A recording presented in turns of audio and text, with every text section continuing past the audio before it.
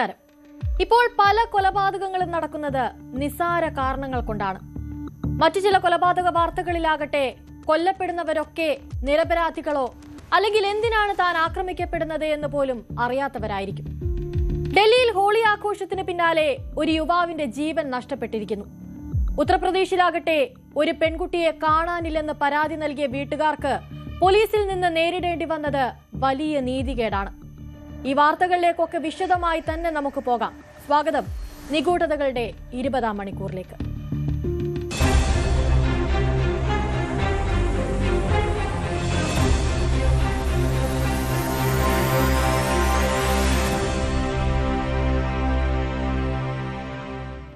ഡൽഹിയിൽ 2 പെൺമക്കളെ കൊന്ന് ഒരമ്മ ആത്മഹത്യക്ക് ശ്രമിച്ചു.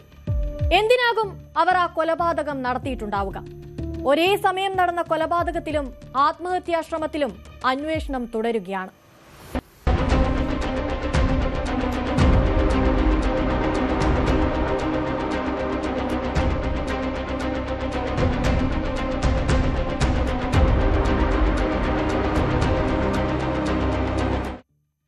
ഡൽഹിയെ മാൽവിയ നഗറിലാണ് സംഭവം നടക്കുന്നത്. വ്യാഴാഴ്ച വൈകുന്നേരത്തോടെ മാളവ്യ നഗർ പോലീസ് സ്റ്റേഷനിലേക്ക് ഒരു കോൾ വന്നു. ആ കോളിൽ പറഞ്ഞത് ഇങ്ങനെയായിരുന്നു: വീടിനുള്ളിലുള്ള ആളുകൾ എത്ര വിളിച്ചിട്ടും പ്രതികരിക്കുന്നില്ല. വാതിലാണെങ്കിൽ മണിക്കൂറുകളായി അടച്ചിട്ടിരിക്കുകയാണ്. നിമിഷ നേരങ്ങൾ കൊണ്ട് തന്നെ മാളവ്യ നഗർ പോലീസ് സ്ഥലത്തെത്തി. വാതിൽ തകർത്ത് അകത്തു കടന്ന പോലീസ് കണ്ട കാഴ്ച വളരെ ദയനീയമായിരുന്നു. വ്യത്യസ്ത മുറികളിലായി മരിച്ചു കിടക്കുന്ന 2 പെൺകുട്ടികൾ, മറ്റൊരിടത്ത് അബോധാവസ്ഥയിൽ കിടക്കുന്ന അവരുടെ അമ്മ. അബോധാവസ്ഥയിലായതുകൊണ്ട് തന്നെ പോലീസ് വളരെ പെട്ടെന്ന് തന്നെ അവരെ ആശുപത്രിയിൽ എത്തിച്ചു. ആദ്യമൊക്കെ പുറത്തു നിന്നിട്ടുള്ള ആരുടെയെങ്കിലും ആക്രമണമാകാമിതെന്ന് പോലീസ് പ്രതീക്ഷിച്ചിരുന്നു. പക്ഷേ ആ 2 പെൺമക്കളെയും കൊന്ന് ആ അമ്മ തന്നെയായിരുന്നു ആത്മഹത്യക്ക് ശ്രമിച്ചത്. 33ഉം 28ഉം വയസ്സുള്ള പെൺമക്കളാണ് കൊല്ലപ്പെട്ടത്. സംഭവത്തെപ്പറ്റി അയൽവാസികൾ പറയുന്നത് ഇങ്ങനെയാണ്. सर अभी ये जो पता चल रहा है 2 बच्चियां हैं, उनकी डेथ हो गई है. उनकी मदर को हॉस्पिटल ले गए, तो अभी वो अंडर ऑब्जर्वेशन है. वो यानी कि 3 लोगों ने तीन लोगों ने अटैम्प्ट किया. हाँ जी. ये और फैमिली में कौन कौन था? उनके हस्बैंड है और उनका देवर है, उनकी सासू माँ भी हैं, सारे हैं. बहुत अच्छी फैमिली है. तो ये सब लोग कहाँ पे थे उस वक्त? ये ऑफिस अपने काम पर गए हुए थे. मतलब इनका जीके में कपड़ों का काम है. ആത്മഹത്യക്ക് ശ്രമിക്കുന്നതിന് മുൻപ് അമ്മ പെൺമക്കളെ കൊലപ്പെടുത്തിയിരിക്കാമെന്നാണ് പോലീസിന്റെ നിഗമനം. സഹോദരിമാരിൽ ഒരാളുടെ മുഖത്ത് തലയണ വെച്ച നിലയിലും മറ്റേ സഹോദരിയുടെ കഴുത്തിൽ ലിഗേച്ചർ കൊണ്ട് മുറുക്കിയ നിലയിലുമായിരുന്നു ഉണ്ടായിരുന്നത്. സംഭവത്തിൽ അവിടുത്തെ MLA ആയ സതീഷ് ഉപാധ്യായയും വിവരങ്ങൾ പങ്കുവച്ചിട്ടുണ്ട്. അദ്ദേഹത്തിന്റെ വാക്കുകൾ കൂടി നമുക്കൊന്ന് കേൾക്കാം. पुलिस इन्वेस्टिगेशन कर रही है और 2 बेटियां अभी नहीं हैं. मदर को हॉस्पिटल लेकर गए हैं. बहुत ही दुखद, हृदय को बहुत परेशान करने वाली घटना है. बहुत अच्छा परिवार है यहाँ का. पड़ोसियों को किसी को कोई किसी से शिकायत नहीं. पता नहीं, कुछ कह नहीं सकते. पुलिस इन्वेस्टिगेशन कर रही है. टोटल सर कितने लोगों ने शिकायत किया? 2 लोग, पता नहीं, अब पुलिस इन्वेस्टिगेशन कर रही है. मैं तो इस पर कुछ कह नहीं सकता हूँ, लेकिन ऐसा लगता है कि ये सुसाइडल है. 2 बच्चियां नहीं हैं. एक लॉ करती थी और एक थोड़ा मेंटली डिस्टर्ब थी. अनमैरिड 34 ईयर ओल्ड और मदर. നിലവിൽ അബോധാവസ്ഥയിൽ കണ്ടെത്തിയ അമ്മ ഇപ്പോൾ ചികിത്സയിലാണ്. ഇവർ സാധാരണ നിലയിലേക്ക് എത്താതെ പോലീസിനും കാര്യങ്ങളിൽ ഒരു വ്യക്തത വരില്ല. പ്രാഥമിക നിഗമനത്തിൽ അമ്മയെയാണ് പോലീസ് സംശയിക്കുന്നതെങ്കിലും കൊലപാതകത്തിന് പിന്നിൽ മറ്റാരെങ്കിലും ഉണ്ടോ, അതോ അമ്മ തന്നെയാണോ കൊലപാതകി എന്നതിലെല്ലാം സംശയം അവശേഷിക്കുകയാണ്. നിലവിൽ ക്രൈം FSL ടീമുകൾ സ്ഥലം പരിശോധിക്കുകയും വിഷയത്തിൽ സമഗ്രമായ അന്വേഷണം ആരംഭിക്കുകയും ചെയ്തിട്ടുണ്ട്.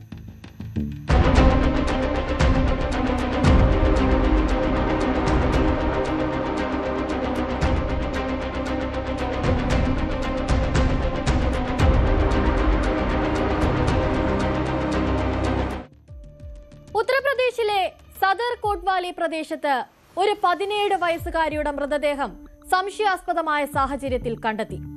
അതിക്രൂരമായാണ് അവൾ കൊല്ലപ്പെട്ടത്. പോലീസിന്റെ നീക്കത്തെ വിമർശിച്ച് കുടുംബവും രംഗത്തെത്തിയിരിക്കുകയാണിപ്പോൾ.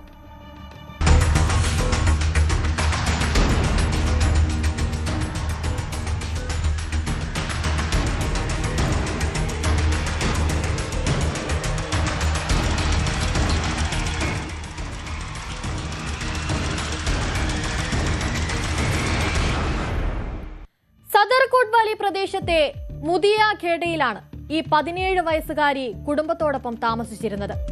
വളരെ സന്തോഷത്തോടെ കഴിഞ്ഞിരുന്ന ഒരു പെൺകുട്ടി. ഫെബ്രുവരി 24-ന് ഉച്ച കഴിഞ്ഞ് അവൾ പണം പിൻവലിക്കാനായി ബാങ്കിലേക്ക് പോയി. എന്നാൽ അന്നത്തെ അവളുടെ ആ യാത്ര അത് വലിയൊരു അപകടത്തിലേക്കാകുമെന്നവൾ തിരിച്ചറിഞ്ഞിരുന്നില്ല.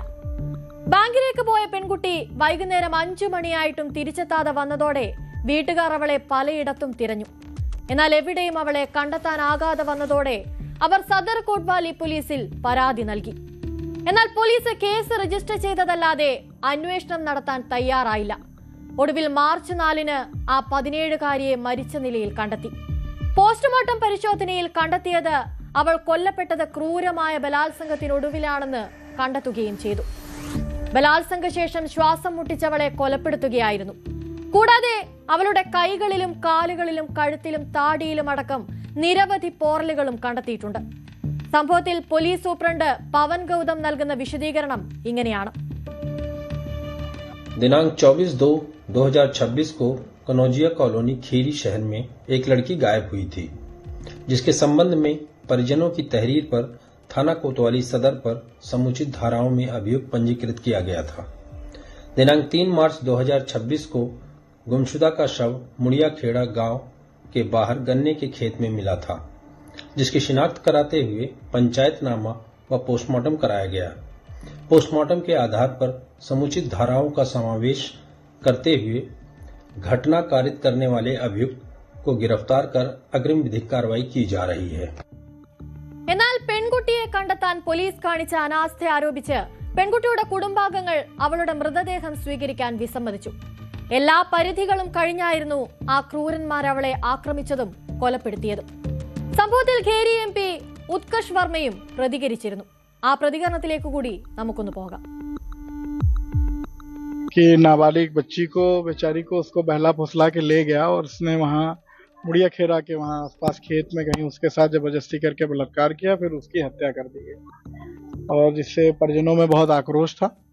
उसके बाद में उसकी रिपोर्ट लिखाई गई और उसके सबूतों के आधार पे वो पकड़ा गया है और उसके ऊपर सख्त से सख्त कार्रवाई कराई जाएगी। देखिए, पूरे प्रदेश में इस समय अपराध चरम पे है। बच्चियां सुरक्षित नहीं हैं। जहाँ पे सरकार दावा करती है कि बच्चियां सुरक्षित हैं, लेकिन ऐसा नहीं है। उसका जीता जाता उदाहरण है। ये बच्ची पढ़ने जा रही थी, उसके साथ घटना हुई। तो पूरे प्रदेश का यही हाल है। लॉ एंड ऑर्डर की स्थिति बहुत खराब है। अगर शुरुआती दौर में जब लड़की के गायब होने की सूचना चौकी इंचार्ज को दी गई थी, तो उसको थोड़ी मुस्तैदी और थोड़ा सा जल्दी त्वरित कार्रवाई करते तो शायद उसकी लाश पहले मिल जाती। മരണം നടന്ന് ദിവസങ്ങൾ പിന്നിട്ടിട്ടും പെൺകുട്ടിയുടെ കൊലപാതകികളെ കണ്ടെത്താനോ മറ്റു നടപടികൾക്കോ പോലീസ് തയ്യാറായിട്ടില്ല. അതേസമയം പെൺകുട്ടിയുടെ കുടുംബത്തിന്റെ ഭാഗത്തു നിന്നും ശക്തമായ ആരോപണങ്ങൾ പോലീസിനെതിരെ ഉയർന്നതോടെ Khyati Garg outpost incharge LRPയെ സസ്പെൻഡ് ചെയ്യുകയും ചെയ്തിട്ടുണ്ട്.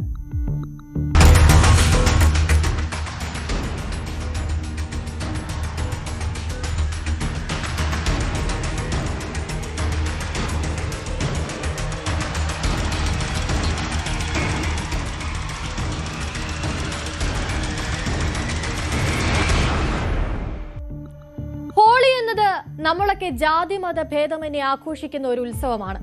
എന്നാൽ അതേ ഹോളി ആഘോഷം തന്നെയാണ് ഡൽഹിയിൽ ഒരു യുവാവിന്റെ ജീവനെടുത്തതും. കൊലപാതകത്തിൽ അറസ്റ്റിലായതാകട്ടെ പ്രായപൂർത്തിയാകാത്ത കുട്ടി ഉൾപ്പെടെ 5 പേരാണ്.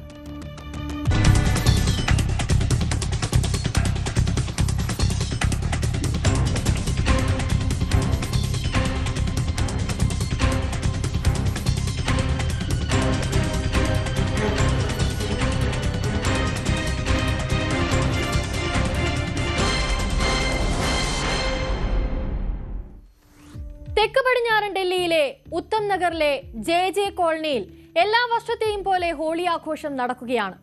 അപ്പോഴായിരുന്നു 11 വയസ്സുകാരിയായ കൊച്ചു പെൺകുട്ടി നിറം ചേർത്ത വെള്ളം നിറച്ച ഒരു ബലൂൺ വീടിന് മുകളിൽ നിന്നും താഴേക്കെറിഞ്ഞത്.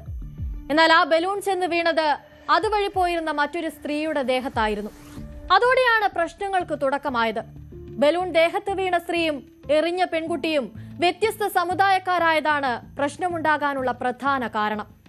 വൈകാതെ തന്നെ അതൊരു വലിയ തർക്കമായി മാറുകയും ഇരു കുടുംബാംഗങ്ങളും തമ്മിൽ വലിയ ഏറ്റുമുട്ടലിലേക്ക് വരെ കാര്യങ്ങൾ എത്തുകയും ചെയ്തു. സംഭവത്തെപ്പറ്റി ഇരുവരുടെയും അയൽവാസികൾ പറയുന്നത് നമുക്കൊന്ന് കേൾക്കാം. ये अकेला ही बहुत पे भारी है, लेकिन इसको कई लोगों ने मिलकर मारा है और उन्होंने पहले से ही ऐसा रच रखा था कि ये इतने बजे आएगा और ऐसा काम हमें करना है। तो ऐसे इसको अकेले को पकड़ के और कई सारे लोग आ गए एक साथ। इसके साथ ये अकेला था, इसलिए उन्होंने पहले सोच रखा था, क्योंकि ये एक पहलवान था हमारे घर में। हमारे घर में एक यही पहलवान था, हम तो कमजोर है। कोई रंजिश नहीं थी। पिछले काफी समय पहले एक छोटा झगड़ा हुआ था, लेकिन वो रंजिश हम तो भूल चुके थे, लेकिन शायद इनको याद हो तो इन्होंने शायद इस चीज का फायदा उठाया, अकेले को घेर लिया। और हमें इंसाफ चाहिए जी, हमें पूरा इंसाफ चाहिए। हमारा बच्चा चला गया है तो उनका भी कोई जाना चाहिए। सीधी बात ये है सर, हमें इंसाफ चाहिए, पूरा कानून से पूरा इंसाफ चाहिए हमें। ആദ്യം തർക്കമുണ്ടായപ്പോൾ തന്നെ ബലൂൺ എറിഞ്ഞിരുന്ന പെൺകുട്ടിയുടെ കുടുംബം മാപ്പ് പറഞ്ഞ് പ്രശ്നം പരിഹരിച്ചതാണ്. എന്നാൽ പ്രശ്നങ്ങൾ അതിലും രൂക്ഷമാകുന്നത് പിന്നീടായിരുന്നു. സംഭവത്തിൽ പ്രകോപിതരായ യുവതിയുടെ കുടുംബം അത്ര പെട്ടെന്നൊന്നും പ്രശ്നം ഒതുക്കി തീർക്കാൻ ഒരുക്കമായിരുന്നില്ല. 11 വയസ്സുകാരിയുടെ കുടുംബത്തിനെതിരെ ഏത് രീതിയിലും പ്രതികാരം വീട്ടണമെന്ന് അവർ കരുതിയിരുന്നപ്പോഴായിരുന്നു ഇതൊന്നും അറിയാതെ ആ 11 വയസ്സുകാരിയുടെ കുടുംബത്തിൽ ഒരാളായ 26-കാരനായ തരുൺ കുമാർ അതുവഴി കടന്നു വരുന്നത്. സുഹൃത്തുക്കളോടൊപ്പം ഹോളി ആഘോഷിച്ച ശേഷം മോട്ടോർ സൈക്കിളിൽ വീട്ടിലേക്ക് മടങ്ങുകയായിരുന്നു അയാൾ. വഴിയിൽ വെച്ച് ഒരു കൂട്ടം ആളുകൾ ചേർന്ന് കുമാറിനെ തടഞ്ഞു നിർത്തി വടിയും കല്ലും ഉപയോഗിച്ച് അതിക്രൂരമായി മർദ്ദിച്ചു. ആക്രമണത്തിൽ ആഴത്തിൽ പരിക്കേറ്റ തരുൺ കുമാർ ചികിത്സയ്ക്കിടെ വ്യാഴാഴ്ച രാവിലെ മരിച്ചു. उसमें 2 परिवारों के बीच में एक लड़ाई हुई थी, जिसके चलते दोनों परिवारों की जो लड़ाई थी उसमें चोट लगी है और यही इंसिडेंस रहा है। उसमें एक व्यक्ति की आज मृत्यु हो गई है। क्या घटना किस बात को लेकर? अड़ोसी पड़ोसी हैं तो कुछ घरेलू मामलों को लेकर लड़ाई हुई थी इनकी। होली का दिन था तो गुब्बारा किसी ने फेंका होगा तो उसमें लड़ाई हुई है इनकी जी। कितने लोग हिरासत में जितने लोगों का कल नाम आया था हमारे पास कंप्लेंट में, सब सारे लोग हिरासत में हैं और अभी भी हमारी कार्रवाई चल रही है। इसमें केस इसमें दर्ज हो चुका है।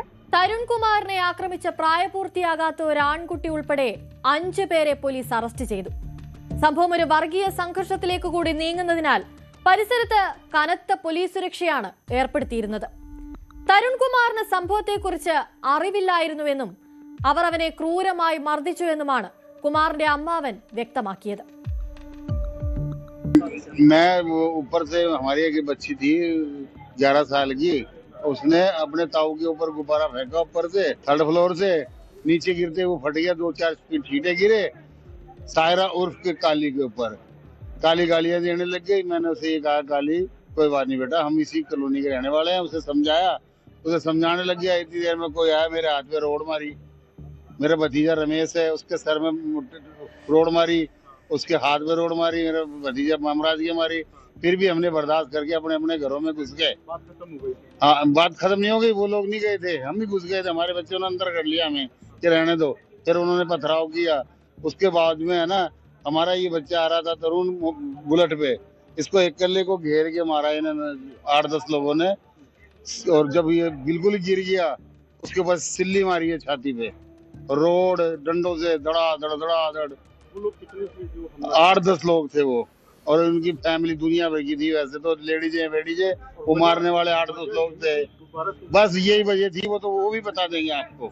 यही वजह थी और कोई वजह नहीं है। क्या कोई पुरानी रंजिश वगैरह किसी तरह की? वो हमारा एक दामाद थे 20 साल पहले, उनको मारा था इन्होंने ही पीटा था। वो इनके बड़े बुजुर्ग आके हाथ जोड़ने लग गए थे। ഡിജിറ്റൽ മാർക്കറ്റിംഗ് കോഴ്സ് പഠിച്ചുകൊണ്ടിരുന്ന കുമാർ സുഹൃത്തുക്കളോടൊപ്പം ഹോളി ആഘോഷിച്ച ശേഷം മോട്ടോർ സൈക്കിളിൽ വീട്ടിലേക്ക് മടങ്ങവെയായിരുന്നു ഈ ആക്രമണമുണ്ടായത്.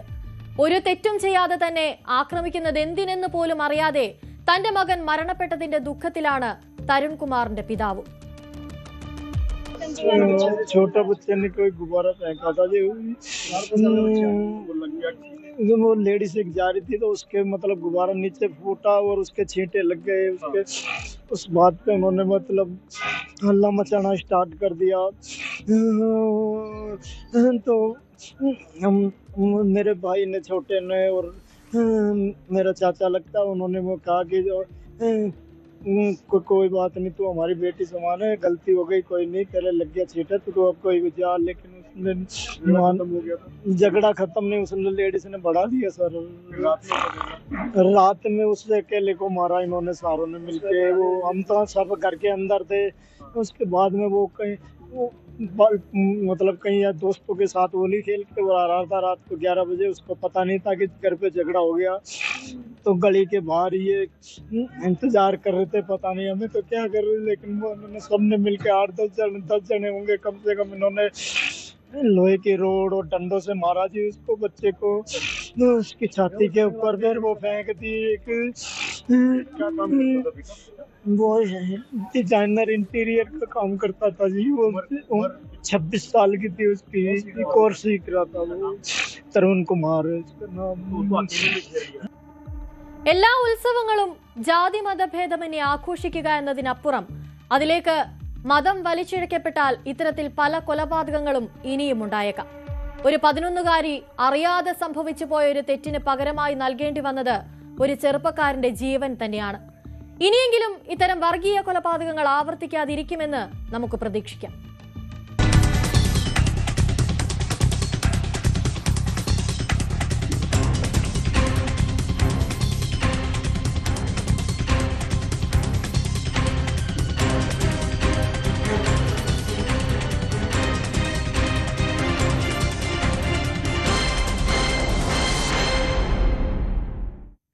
ഇടവേളയാണ്. ഇടവേളയ്ക്ക് ശേഷം മടങ്ങിയെത്താം.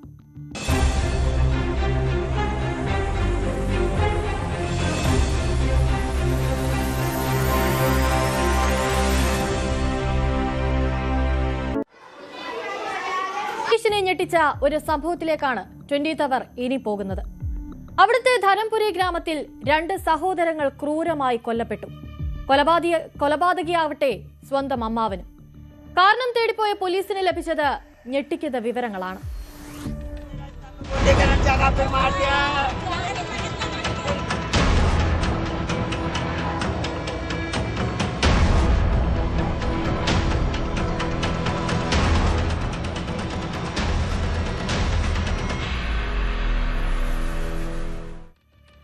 സെഹോർ ജില്ലയിലെ ധരംപുരി ഗ്രാമത്തിൽ വെള്ളിയാഴ്ച രാവിലെ പരീക്ഷ എഴുതാനായി 2 സഹോദരങ്ങൾ കൊല്ലപ്പെടുകയാണ്.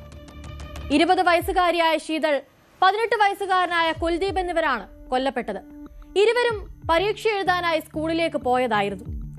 അവരുടെ ജീവിതത്തിലെ തന്നെ ഏറ്റവും പ്രധാനപ്പെട്ട പരീക്ഷയായിരുന്നു അത്. പ്രതിക്കായി അന്വേഷണം തുടങ്ങിയ പോലീസ് കണ്ടെത്തിയ പ്രതി മറ്റാരുമായിരുന്നില്ല, കുട്ടികളുടെ അമ്മാവൻ തന്നെയായിരുന്നു. വഴിയിൽ പതിയിരുന്ന് പരീക്ഷയ്ക്കായി പോയ സഹോദരങ്ങളെ വടികൊണ്ട് ആക്രമിച്ച് കൊലപ്പെടുത്തുകയായിരുന്നു ഇയാൾ. ഈ 2 കൊലപാതകങ്ങളും നടന്നത് ഒരിക്കലും പെട്ടെന്നുണ്ടായ ഒരു പ്രകോപനത്തിലല്ല, മറിച്ച് ഇതിന് പിന്നിൽ വലിയൊരു ഗൂഢാലോചന തന്നെ നടന്നിരുന്നു. ഇവർ 2 പേരും രാവിലെ പരീക്ഷ എഴുതാൻ പോകുന്നുണ്ടെന്ന് പ്രതിക്ക് അറിയാമായിരുന്നു. അങ്ങനെ കാത്തിരുന്ന് നടത്തിയ ഒരു കൊലപാതകമായിരുന്നു ഇത്. അങ്ങനെ ഇയാൾ കൊലപാതകം നടത്താനുള്ള കാരണം എന്തായിരിക്കും? എന്തിനായിരുന്നു രക്തബന്ധത്തിൽ തന്നെയുള്ള 2 കുട്ടികളെ ഇങ്ങനെ ക്രൂരമായി അയാൾ കൊലപ്പെടുത്തിയത്? പോലീസിന്റെ ഈ അന്വേഷണത്തിലായിരുന്നു ഞെട്ടിക്കുന്ന മറ്റു വിവരങ്ങൾ പുറത്തു വന്നത്. വർഷങ്ങൾക്ക് മുൻപ് നടന്ന ഒരു കുടുംബ തർക്കമായിരുന്നു കൊലപാതകത്തിന് പിന്നിലെ കാരണം. ഗതീഷ് മാളവ്യയും കൊലപാതകിയായ ഹരി സിംഗ് മാളവ്യയും തമ്മിൽ എന്നോ നടന്ന തർക്കം പിന്നീട് ശത്രുതയായി മാറി. ആ ശത്രുതയ്ക്കൊടുക്കം ഇരയായതാവട്ടെ ഒന്നും അറിയാത്ത 2 സഹോദരങ്ങളും. കുട്ടികളുടെ തലയിലും ശരീരത്തിലുമേറ്റ ക്രൂരമായ മർദ്ദനം അവരുടെ ശരീരത്തിൽ നിന്നും അമിതമായ രക്തസ്രാവം ഉണ്ടാകാൻ കാരണമായി. ഇതായിരുന്നു ഇരുവരുടെയും മരണകാരണം. കുറ്റകൃത്യം നടന്ന സ്ഥലം വിശദമായി പരിശോധിച്ച് തെളിവുകൾ ശേഖരിച്ചിട്ടുണ്ടെന്നാണ് പോലീസ് നൽകിയ വിശദീകരണം. അതേസമയം ആക്രമണത്തിന് ശേഷം ഒളിവിൽ പോയ പ്രതിയായ അമ്മാവൻ ഹരി സിംഗ് മാളവ്യയ്ക്കായി പോലീസ് ഊർജിതമായ തെരച്ചിൽ ആരംഭിച്ചിട്ടുണ്ട്. ഇയാളെ കണ്ടെത്തുന്നതിനായി 1-ലധികം ടീമുകൾ രൂപീകരിച്ചിട്ടുണ്ടെന്നും വനപ്രദേശങ്ങളിലും സംശയിക്കപ്പെടുന്ന ഒളിത്താവളങ്ങളിലും അടക്കം റെയ്ഡുകൾ നടത്തുന്നുണ്ടെന്നും അഡീഷണൽ പോലീസ് സൂപ്രണ്ട് വ്യക്തമാക്കിയിട്ടുണ്ട്.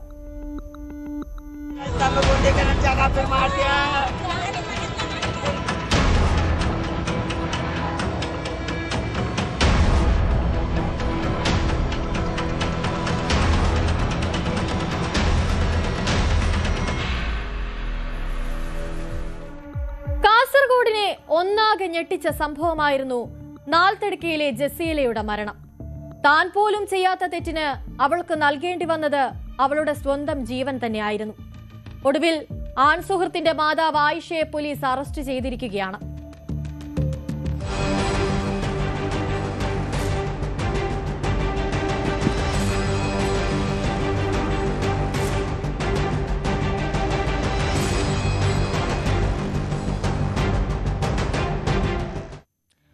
കാസർഗോഡ് നാൽത്തടുക്കയിലെ ജസീല ആത്മഹത്യ ചെയ്യുന്നത് സ്വർണമാല മോഷ്ടിച്ചു എന്ന ആരോപണത്തെ തുടർന്നായിരുന്നു. അന്ന് ജസീല അവസാനമായി റെക്കോർഡ് ചെയ്ത ആ വീഡിയോയിൽ എടുത്തു പറഞ്ഞിരുന്നു തന്റെ ആൺസുഹൃത്തിന്റെ മാതാവായ ആയിഷയും തന്റെ മരണത്തിന് കാരണമാണെന്ന്. ജസീല മരണപ്പെട്ട് ദിവസങ്ങൾ പിന്നിടുമ്പോൾ അവളുടെ മരണത്തിന് കാരണക്കാരിയായ ഒരു പ്രധാനി തന്നെ പോലീസിന്റെ പിടിയിലായിരിക്കുകയാണ്. ആയിഷ അറസ്റ്റിലായിരിക്കുന്നു എന്ന വിവരമാണ് പുറത്തുവരുന്നത്. വിദ്യാനഗർ പോലീസ് സ്റ്റേഷനിലേക്ക് വിളിച്ചു വരുത്തി മണിക്കൂറുകളോളം നീണ്ട ചോദ്യം ചെയ്യലിനൊടുവിലാണ് ആയിഷയുടെ അറസ്റ്റ് രേഖപ്പെടുത്തിയത്. അന്വേഷണം അട്ടിമറിക്കുന്നു എന്നാരോപിച്ച് കുടുംബവും ആക്ഷൻ കമ്മിറ്റിയും രംഗത്തെത്തിയ ഒരു സാഹചര്യത്തിൽ കൂടിയാണ് പോലീസിന്റെ ഈ നീക്കം. 15 ദിവസത്തിന് ശേഷം ഒരു പ്രതിയെ അറസ്റ്റ് ചെയ്തു എന്നറിയുന്നതിൽ സന്തോഷമെന്നാണ് ആക്ഷൻ കമ്മിറ്റിയുടെ പ്രതികരണം. ഒരു പ്രതിനെ ഇത്രയും 15 ദിവസത്തിന് ശേഷം ഒരു പ്രതിനെ അറസ്റ്റ് ചെയ്തു എന്നറിയുന്നതിൽ സന്തോഷമുണ്ട്. അന്വേഷണ സംഘത്തോട് പൂർണ്ണമായിട്ട് സഹകരിച്ച് തന്നെയാണ് ഞങ്ങൾ പോയിക്കൊണ്ടിരുന്നത്. എന്താണ് അന്വേഷണ സംഘം എന്തൊക്കെയാണ് കണ്ടെത്തിയിട്ടുള്ളതെന്നൊക്കെ അവരോട് സംസാരിച്ചതിന് ശേഷം തീർച്ചയായിട്ടും വരും ദിവസങ്ങളിൽ ഇതിൻ്റെ മുന്നോട്ടുള്ള കാര്യങ്ങളെക്കുറിച്ച് നിങ്ങളോട് തീർച്ചയായിട്ടും പറയും. എന്തായാലും നീതി ആ കുട്ടിക്ക് വാങ്ങിക്കൊടുക്കുന്നത് വരെ ഒരു ഇഞ്ച് പിന്നോട്ട് ആക്ഷൻ കമ്മിറ്റിയില്ല എന്നാണ് ഞങ്ങൾക്ക് നിങ്ങളോട് പറയാനുള്ളത്. ജസീലയുടെ ആൺസുഹൃത്ത് അഫ്രീദിയയുടെയും അറസ്റ്റിലായ മാതാവ് ആയിഷയുടെയും മൊബൈൽ ഫോണുകൾ ഫോറൻസിക് പരിശോധനയ്ക്ക് അയച്ചിരിക്കുകയാണ്. ആത്മഹത്യാ പ്രേരണ കുറ്റം ചുമത്തിയാണ് ആയിഷയെ അറസ്റ്റ് ചെയ്തത്. മോഷണക്കുറ്റം ആരോപിച്ചതിൽ മനം നൊന്ത് എലിവിഷം കഴിച്ച് ആശുപത്രിയിൽ ചികിത്സയിലിരിക്കെ ഫെബ്രുവരി 20-നാണ് ജസീല മരിക്കുന്നത്. ചെയ്യാത്ത തെറ്റിന്റെ പേരിലായിരുന്നു താൻ ആത്മഹത്യ ചെയ്യുന്നത് എന്ന വീഡിയോ ചിത്രീകരിച്ച ശേഷമായിരുന്നു ജസീലയുടെ ആത്മഹത്യ. പോലീസിൽ പരാതി നൽകാൻ ശ്രമിച്ചെങ്കിലും പോലീസ് അത് സ്വീകരിച്ചില്ലെന്നും ജസീല വീഡിയോയിൽ പറയുന്നുണ്ട്. സംഭവത്തിൽ ആൺസുഹൃത്തിനെയും ചോദ്യം ചെയ്തേക്കുമെന്നാണ് വിവരം. കോടതിയിൽ ഹാജരാക്കിയ ആയിഷയെ റിമാൻഡ് ചെയ്തിരിക്കുകയാണ്. തുടർന്ന് ആയിഷയെ കാഞ്ഞങ്ങാട് വനിതാ ജയിലിലേക്ക് മാറ്റി.